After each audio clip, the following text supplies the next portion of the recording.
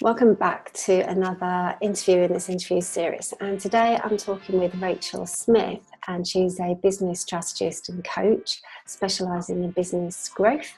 And we are talking all things to do with Facebook Live. And she's got 3 amazing top tips if this is something that you want to do too. So I hope you enjoy this video.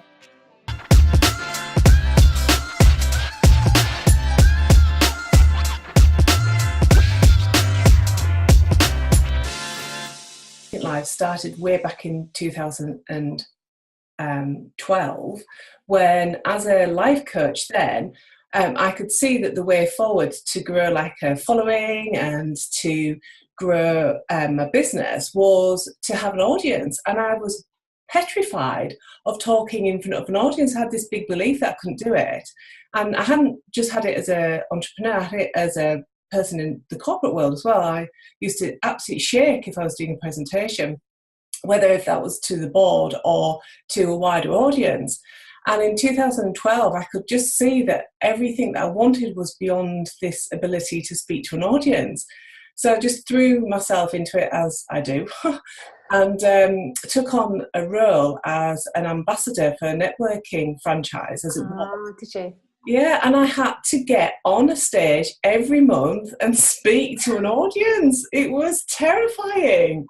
But because I did that for a year, and then I was like, oh, I quite like this. I quite like an audience. And I had no idea that I was going to like it. And then I ran that network for 3 years, and it was still like, it did still give me butterflies, but it was a lot of fun. And I went from like holding my iPad with my notes, being terrified and frozen, to being very relaxed and really being able to talk from my heart quite naturally. And that just translated into video after that. I think if I hadn't done that first bit in 2012, it would have maybe taken me a little while to get into video. But that's why when it all kind of happened, when Periscope and Blab and then Facebook Live happened, it was like, yeah, of course I'm going to do that, because it felt easier than a live audience in front of you. So I've heard that story before with someone else, a couple of other people actually that did exactly the same thing through networking as well. Yes. So yeah. And you're right, it gives you a bit of a leap start into. I've hit record. I noticed. That's why I was like, because obviously this isn't live, so I can edit it out. Like, oh, this is good. So I was like, but we'll just carry on chatting, and then I'll just put it together. Oh. But yes, I've heard that before. I think that's the same way. In fact, that Claire Mitchell got started as well, because she wanted to face her fear over speaking in public, and she joined and did networking like that as well. The beauty is that then you do that in the networking group, and as you've come into then video, all of those initial warming up, getting used to having that audience was done unrecorded. Yes.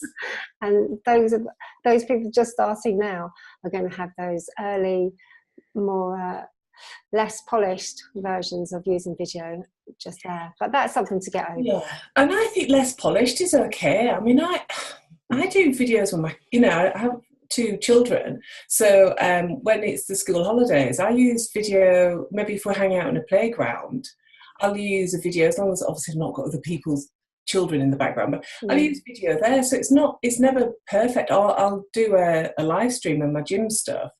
So it's never always about it being perfect for me. It's more that I get this kind of like, oh, I've got this message, I've got, perhaps I've been journaling that morning and I've got this total burning message that I know that I need to get out there and that my audience will massively benefit from. So I just think, I'll just do a live stream, and I've got, in a working day, I've got 5 hours. So sometimes, yes, a video happens in that time, or sometimes it's around the other times when things aren't perfect, but I still get it done because I need to get it out. So how are you using video in your business then now? So you're using Facebook Lives, and how are you using your lives, and where else are you using? How else are you using video currently? It changes so much, doesn't it? So So 2017, I have to remember which year we're in. So 2017, I was really, really, really consistent in my group. And within the group, we got very intimate with each other. It was lovely. I really got to know my audience. They really got to know me. It made selling really easy because the next time I had a promotion, people knew if they were ready to come and work with me. So that is a strategy that I'm going to keep in 2018. But towards the end of 2017, I switched a bit of the focus as well, because I realised that I was becoming so comfortable in my group that I wasn't doing actually any lives on my page. So you've kind of got to have the balance, don't you? You have to have the balance of building that relationship with people who have, come into your world. But equally, you need to have a way of speaking to those other people who haven't quite met you yet. So I kind of switched up my strategy in 2017. So yes, I'm still doing lives over in my group, Live Your Abundant Life, but I'm also doing a daily video on my page. And those daily videos are just a 60-second Instagram video. So it's pre-recorded, and I use it both on Instagram and on my page. I do it every day, and it's amazing the quality of something that you can share in 60 seconds. And it's probably a really great way nowadays to get started with video, because anybody can grab the phone, do 60 seconds, delete it if they hate it, or actually then share it across the different platforms. So do that every day over on my page and on Instagram.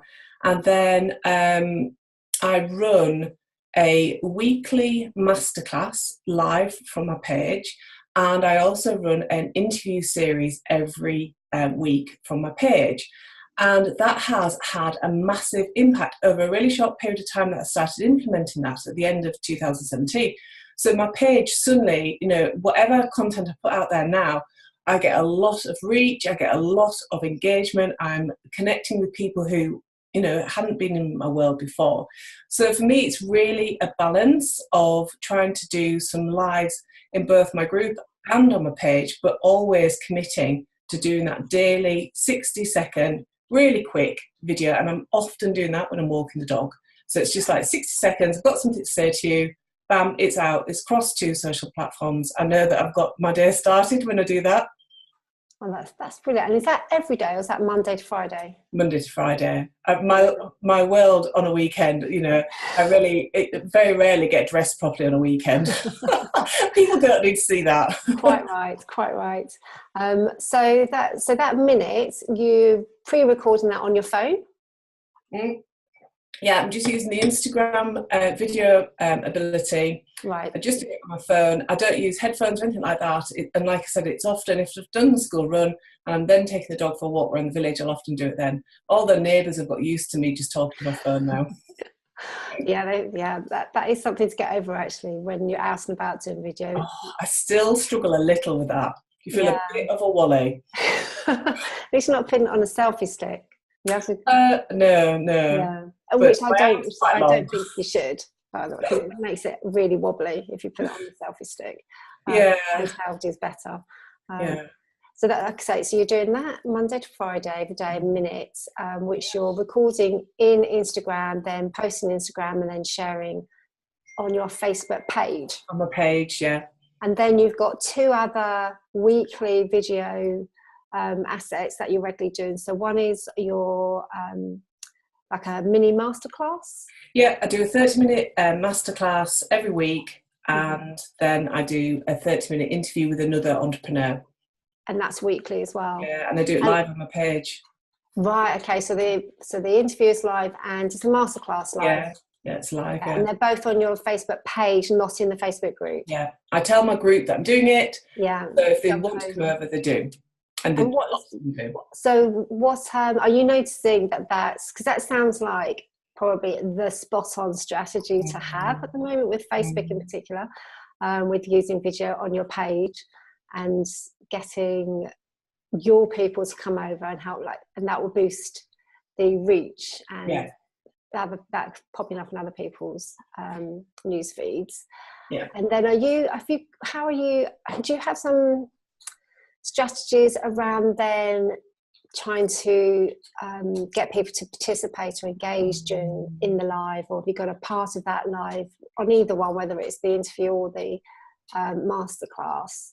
Do you have like a framework or a system to how you're positioning your content, or how you're delivering your content?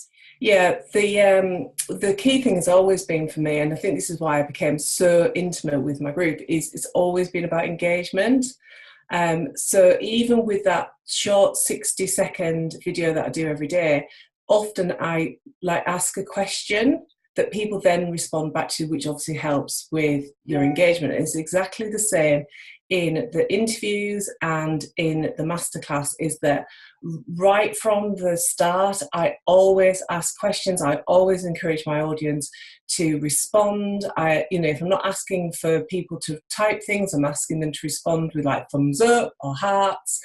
So it becomes a very, very engaged place to be. And people like that, because obviously it's not just me rabbiting on, that they're actually getting out of it what they want. But equally, from a strategy side of things, Facebook loves engagement. So for me, that's been really easy for me to do, and it's working really well. I haven't got a massive number on my Facebook page. I'm up to about 1,000 people who follow me. But in terms of like a 30-minute masterclass, I get over 400, 500, 600 people viewing it just from, the first kind of 3 days that it's run, and then it's available, and they're uplifted onto YouTube. So then it becomes another place for that content to be. So and it helps, it's one of the things I was talking in my live stream today about collaborations. So actually interviewing other people, obviously you're getting access to their audience as well, and vice versa. So in terms of working collaboratively with other people, it's a total win-win. And I really love interviewing other people and allowing those people to come and speak to my people as well. I can't know everything. I don't claim to know everything. So it's always nice to be able to bring those experts in. Yeah, and I think even if you kind of know what your expert might say, or even if they're in a very similar field to your own field, I think it still brings that kind of freshness, because everyone's got a slightly different perspective, even on the same things. So that's brilliant. Yes, because I've been seeing your videos popping up. Yeah. And are you really? So are those videos? Are they exactly the same time each week? Yeah, I've had. Because we're in January, I've had a little break from the interviews. So they're going to be back in in February. So I do them at 10:30 on a Monday. So my audience was, when I started to run this strategy at the end of 2017, they got really used to the fact that these were being run. And then the masterclasses were a little bit more flexible, depending on what I had in my diary. But again, I would notify my audience when it was happening. But they'd happen at some point during the week, and they'd get plenty of notification. But they were always well attended. And I think there's so many people who kind of stepping into running live, it feels like a really big step. But many, many people actually watch the content afterwards, after you've run it live. So you may get, I don't know, maybe a third of your audience live, but a good 2/3 of people are going to watch it afterwards. So I think there's so many benefits from video that really, if people aren't currently using video, hopefully this series of interviews are going to really inspire people to get started with it, because it is going to be the way, isn't it? Really, 2018. Yeah, no, definitely. And I think using lives, although it can feel really scary if you're at the beginning of understanding video, it's probably the easiest way, because obviously that you've got no editing, or there's nothing else to prevent you from putting that video out. It's done. It's there. And if you really hate it, you just delete it. Nobody needs to know that it was ever there, apart from the one or two people who maybe watched you. Yeah, and the thing is, when you're first starting out anyway, it's very rare that you're going to get anyone join you during it actually live. Yeah. It's more on the replays. But those are really good figures that you're getting. Yeah, I was really chuffed with us. And obviously it helps with all of that information behind the scenes with Facebook. But, certainly even when I went back to being more active on my page, so, like last year, it took a little bit of time for people to get used to me being live from my page. So there were still times when I was posting things and people weren't joining me live, and in your head you're going, oh, and it's really to just kind of like take a breath, have a little like mini prep talk to yourself, know that people are going to catch up on the replay, and that actually creating content that you can use on YouTube, that you can use across other social media platforms, you could use as your blog, whatever, and that it's all going to be fine. And even if you are just starting out, give yourself 3 weeks of being consistent and things will be different. It's just you've just got to get started and be consistent with it. Yeah, that's really, I think consistency is so important. So I was going to ask you for what you would might be your top tips, but you've already touched on 2 there. So you said consistency. Yeah, it is consistency, definitely. Consistency, and also to not worry that no one's going to be watching. So I think they're 2 really important things because to not get downhearted and to not think, oh, no one's watching. Yeah, it can be heartbreaking because you've like personally gone into so much like fear, and then you've broken through the fear, and then you're doing it and nobody turns up. But I watch a load of stuff, I save a load of videos, I watch them later. I get so much goodness from videos. And the other tip that I've got, Justina, is I watch most of my videos back, which might sound a bit bonkers, but sometimes even in my own head, maybe if we've got high engagement in a live, in my own head I can be thinking, you've really gone off piste here, or this isn't kind of holding it together. So I watch them back to see what I can learn about myself, and most times I'm like, it was fine, it was good, it was brilliant, people got out of it what they needed. So it does help me build that confidence that actually I'm okay at what I'm doing. Yeah, that, I haven't heard that tip from, I don't think anyone has said that, and that is the only one to say it. It's so important. Having come from a television background, presenters and actors will watch their performances back, not just because they're delivering a different kind of content, and you're watching it back, as you said, to check that what you said sounded okay, to reassure yourself. But actually seeing yourself like that really helps you to learn from what you've done, and to sometimes you'll do things you think, why did I do that? Or that really didn't work, or I didn't realise I had this distracted tick. Yeah. I talk with my hands all the time. Yeah. And some things you might want to just slightly hone down on, or just be aware that that's you, and be okay with well, actually that's my trademark thing that I do.